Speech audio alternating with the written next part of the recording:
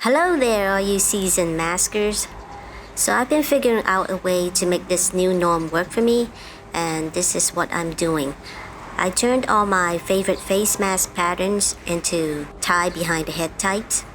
I find them more comfortable to wear. To make sewing the mask easy, I hack my ties so that they can be used with all the masks.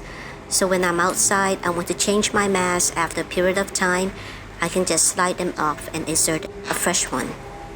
To do this, I use heat shrink tubing, so about 2 inches, 5 centimeters long.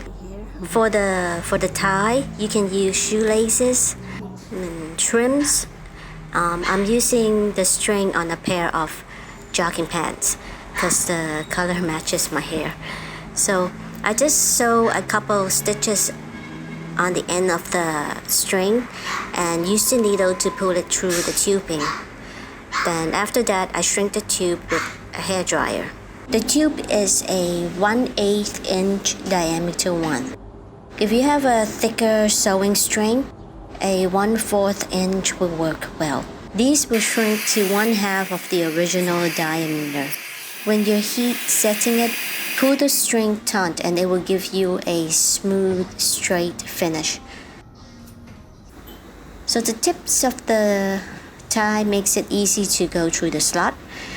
So now I'm going to show you how to add a slot to your favorite mask pattern.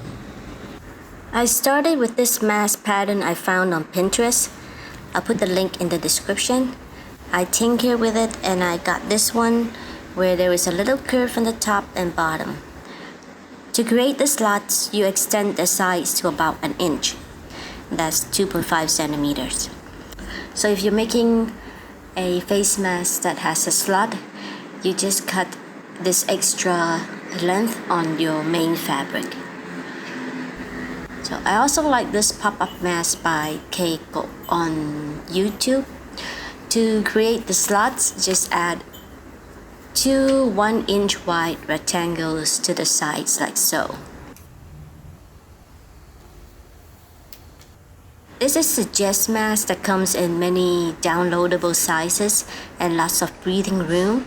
To find your size, just measure from the bridge of your nose across the side of your face and also from that same bridge of nose point to a little under the chin. Then find one that is closest to those measurements. Adding a slot to this one is a bit different because the sides are slanted upwards. So trace 1 inch of the sides and cut that off and stick it back to the end of the side so you will get this shape.